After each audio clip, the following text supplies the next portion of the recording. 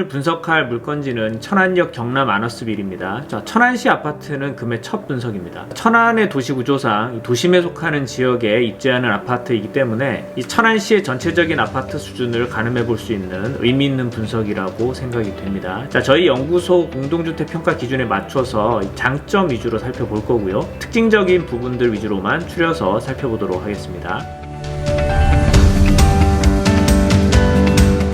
자, 근본 콘텐츠에서 다룰 내용은 총 8가지입니다. 자, 먼저 프로젝트 소개 부분, 그리고 가장 중요한 부분인데요. 천안 도시구조 내에서 어느 정도의 위치에 입지해 있는가가 이 아파트의 가격과 가치를 결정하기 때문에 해당 부분을 자세하게 들여다볼 예정이고요. 자, 그리고 그에 따른 입지 여건 평가, 교통 여건, 그리고 일자리 및 수요, 단지 규모, 수요력, 그리고 수변 접근성과 수변 조망성에 대한 분석. 전반적인 이 수도권에 있는 아파트와 천안시에 있는 아파트에 대한 이 종합 자산가치 평가 분석을 진행해 보도록 하겠습니다. 위치는 천안 서북구 성정동이고요. 110-6번지 1원이고 총 6개 동에 293세대로 구성되어 있는 아파트 단지입니다. 자, 사실 대단지가 아니기 때문에 아파트 자체 규모로만 따지면 최근 1군 건설사에서 짓는 1000세대 이상 아파트들이 주된 트렌드이긴 하지만 비수도권에서 300세대 규모라면 최소한의 세대수에서 나오는 규모력 충족이 된다라고 보고요.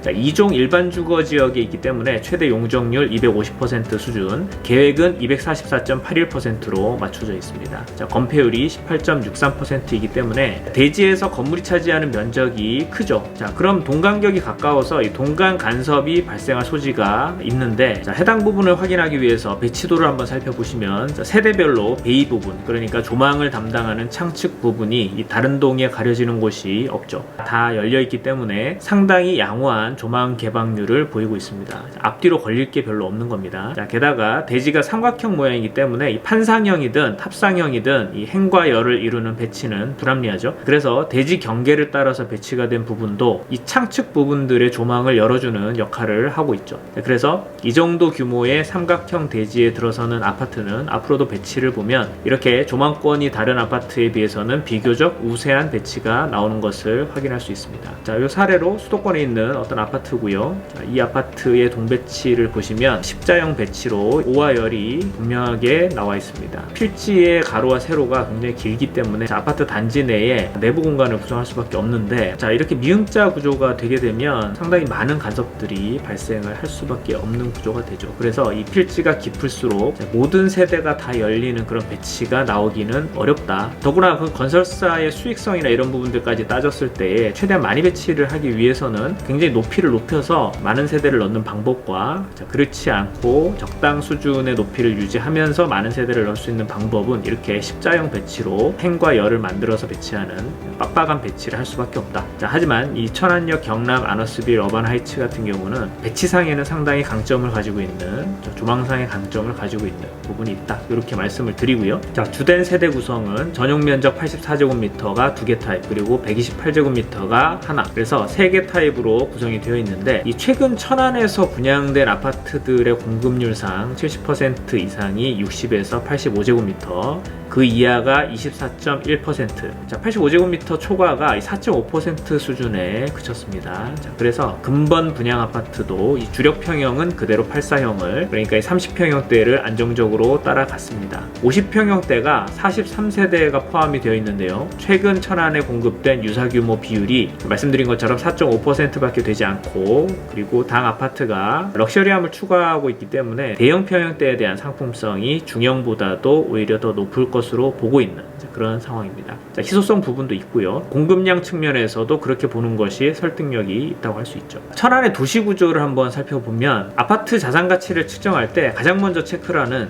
가장 중요한 부분이 이 도시 내의 중심지에 포함되느냐, 그렇지 않느냐, 자, 이 부분인데, 자, 도시 내 거점은 일반적으로 이 도심, 부도심, 지역 중심 정도로 나눠지는데, 천안의 경우에는 1개 도심권을 형성을 하고 있고, 도심권을 더 자세히 들여다보면 천안시청과 천안역을 중심으로 하는 상업지역이 도시밀도가 가장 높은 핵에 해당한다라고 볼 수가 있고요. 당 아파트 필지는 도시재생 뉴딜 사업이 정책적으로 진행 중에 있는 이 천안역에 인접해 있는 지역으로 도심의 도시 영향력을 가장 많이 받는 도시 반경 내에 포함이 되고 있는 지역입니다. 자, 좀 더 확대를 해서 보시면 이 도시 중심지 워크포인트, 도시 내의 가상의 무게중심을 이 천안역으로 잡고 도시 반경을 인구 규모와 거점지 위계 기준으로 1.2km 정도로 잡아보면 도시 영향권이 그림처럼 설정이 됩니다. 자, 도심이 최대 밀도 지역이라고 하면 이 저변으로 도시 영향권 끝까지 점차 밀도 영향이 낮아진다고 보고요. 자, 여기서 상대적 거리로 중심지로부터의 밀도 영향력을 측정하면 대지의 대략적 가치를 측정해 볼 수 있습니다. 자, 먼저 대지 가치를 결정하는 국지적 지역 중심지 접근성입니다. 자, 앞서 말씀드렸듯이 해당 아파트 사업 필지는 천안시에서 가장 도시 밀도가 높은 천안 도심, 특히 도심 직접 영향권에 포함이 되어 있습니다. 도시 인구 규모 65만 명 기준, 도심급인 경우에는 영향 반경 1.2km, 사업 필지는 6개 섹터 중에서 5번째 섹터의 도시 중심지 직접 영향권 내에 포함이 되어 있습니다. 국지적인 지역 중심지 접근성은 도시 내의 인구 밀도와 인프라 집중도가 가장 높은 제1 거점지, 도심에 포함되는가 여부가 가장 중요한데, 당 프로젝트는 다행스럽게도 천안역 도심 지역에 포함되어 있는 상황이기 때문에 지가 보존율이 높은 지역이 되겠습니다. 자, 지가 보존율이 높은 곳은 유동인구와 인프라 직접도가 다른 지역에 비해서 높은 수준으로 확보되는 지역이기 때문에 이 지가 상승률이 비교적 안정적인 양상을 보이게 됩니다. 자, 이는 최근 수도권에 분양하고 있는 아파트들과 비교하더라도 크게 손색이 없는 수준에 해당합니다. 이해를 돕기 위해서 동일 등급 내에 포함된 물건지를 보시면 최근 분양한 광명자이 힐스테이트 SK뷰와 해당 항목에서 동급의 위계라고 보시면 되겠고요. 물론 이 항목과 동일한 점수의 아파트와 이 향후 시세까지 따라간다라고 말할 수는 없지만 적어도 여러 항목의 합산으로 종합적 아파트 가격이 형성된다고 봤을 때 해당 항목에서는 긍정적인 영향을 주는 부분이다 라고 해석할 수가 있습니다. 교통영향평가고요. 가장 민감하게 반응하는 교통여건평가 중에서의 항목이 이 도시철도 접근성입니다. 도시철도 접근성은 1호선 천안역 2번 출구까지 약 900m 거리로 1.2km 이내로 통계상 도보권에 해당하여 역세권으로 볼 수 있고, 오전 7시에서 9시 사이 출근 혼잡시간 평균 배차수가 7.5대로 일반적인 수송량을 보이고 있습니다. 수도권 아파트 데이터와 비교해 봤을 때 수도권 중위권 아파트들의 지하철 도보 접근성의 수준을 보이고 있습니다. 추가적으로 최근에 발표가 난 이 GTX C라인 2기 노선 1월 25일 국토부 보도 자료에 따르면 이 GTX C라인 연장 노선으로 천안역과 아산시가 포함이 됐죠. 지자체 선부담 방식으로 선착공을 진행을 하고 후 예타 방식으로 진행하는 조건으로 진행이 됩니다. 원래 천안시의 경우는 GTX 연장을 바라는 입장이었기 때문에 당연히 비용 부담에 대해서 적극적인 입장일 수밖에 없고, 현 정부 임기 내 착공을 목표로 한다고 하니 기대를 할 수 있는 부분이라고 보여집니다. 자, 실제 정부 발표가 난 이후에 천안역 일대의 원도심 정비 사업과 맞물려서 인근 아파트 호가가 약 4천만원 가량 일시적으로 오르는 그런 효과가 발생되기도 했습니다. 자, 일자리 및 수요입니다. 주변 반경 5km 이내의 아파트 잠재 수요자인 이 기업 고용 종사자 수를 살펴보면 21만 명 수준으로 이 산업체 밀도가 매우 높은 이 수도권 수부도시 수준에는 미치지는 못하지만 서울과 바로 인접한 하남 미사지구 정도의 고용 종사자 밀도를 보이고 있습니다. 자, 물론 하남 미사의 경우에는 일자리가 많은 서울권의 배후 수요지이기 때문에 천안과 동일하게 비교할 수는 없지만, 천안 북부에 대규모로 조성될 예정인 종축장 부지 첨단산업단지가 조성된다는 점, 동일한 생활권인 아산 지역에 이 계획산업단지가 많다는 점을 감안하면 향후 비교적으로 안정적인 수요를 가질 것이다 라고 볼 수가 있습니다. 유사한 일자리 수요 지표를 보이고 있는 하남 미사의 비교 물건지는 미사강변 골든센트로로 최초 분양가 3.9억, 10년이 지난 현재 시세 약 8.5억 수준입니다. 단지 규모 수요력입니다. 아파트 단지 내 세대 구성수는 293세대의 규모를 보이고 있고요. 수도권 주요 대규모 단지들과 비교했을 때 단지 세대수가 가지는 시너지의 영향력에 따른 수요는 그다지 높지 않을 것이다 라고 예상이 되고요. 하지만 단지 규모력 자체가 아파트 가격에 주는 영향은 광역 MBD 접근성이나 이 교통 인프라 접근성, 그리고 반경 내의 고용 종사자 수에 따른 수요 밀도가 미치는 영향에 비해서는 일반적으로 적기 때문에 나머지 다른 평가 항목 요소에 따라 단점이 상쇄될 여지는 있습니다.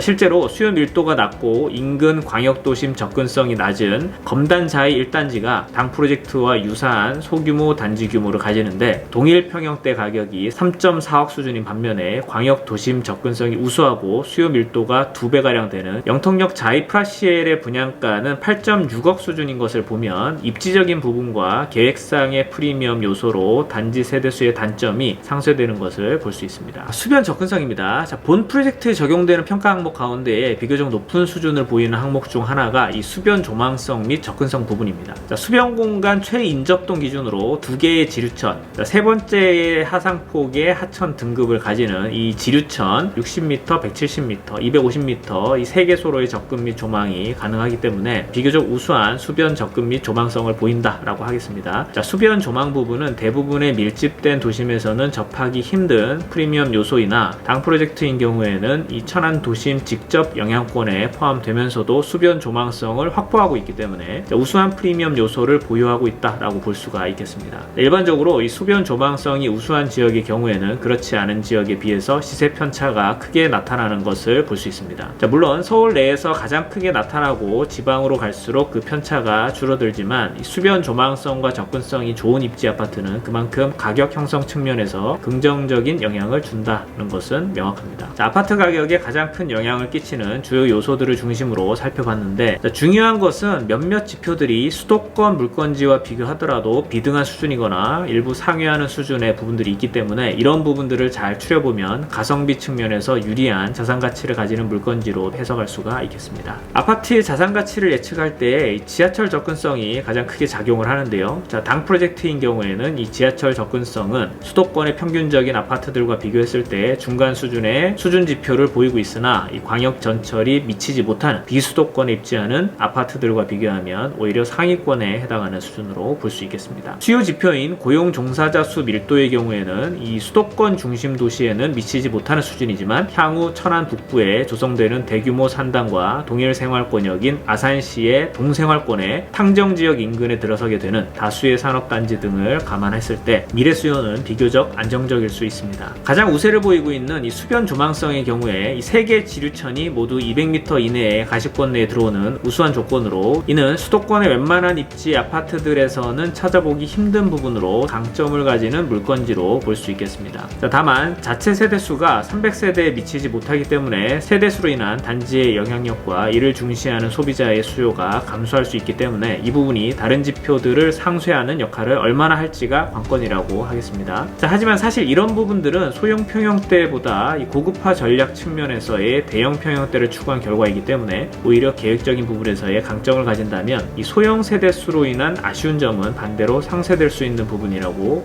보여집니다. 자, 여기까지 천안역 경남 아너스빌 어반하이츠에 대한 종합적인 입지 가치와 계획적인 부분에 있어서의 예상되는 가치에 대해서 분석을 마무리하도록 하겠습니다.